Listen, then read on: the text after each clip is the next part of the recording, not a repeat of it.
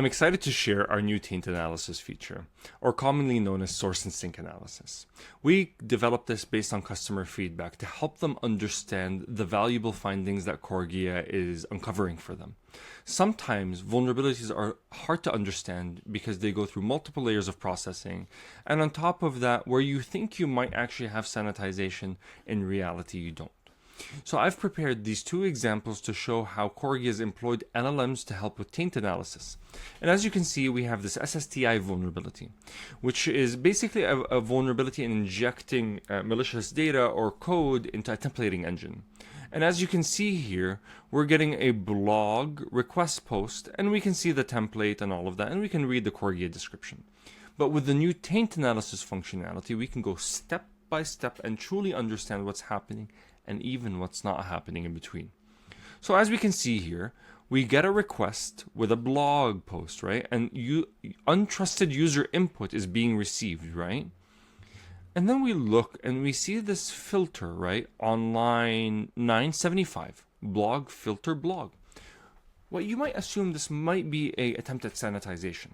So we can see user input is passed through the filter blog. However, in the utility file that owns this function, it's defined as returning just code, doing nothing. It's not processing anything in between.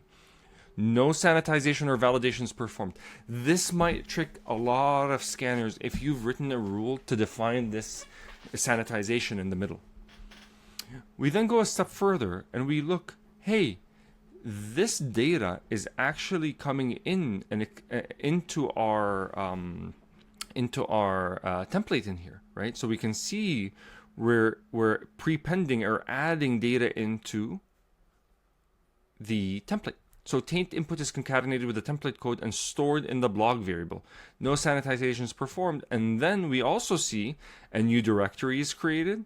And then we see that we're writing this to file and that this could be exposed, and it's an SSTI vulnerability.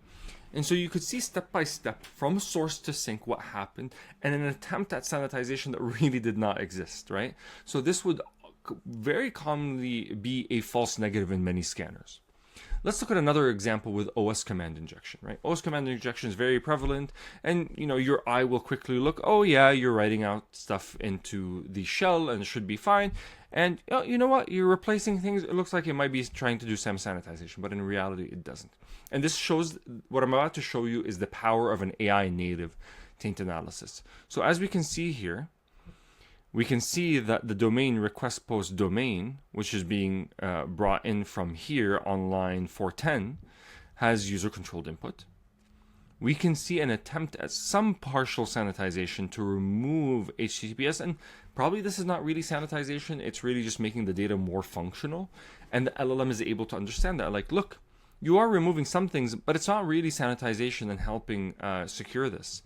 And then we see here that we're doing an NS lookup and adding that domain data. And I could potentially inject or add additional commands to be run at the same time.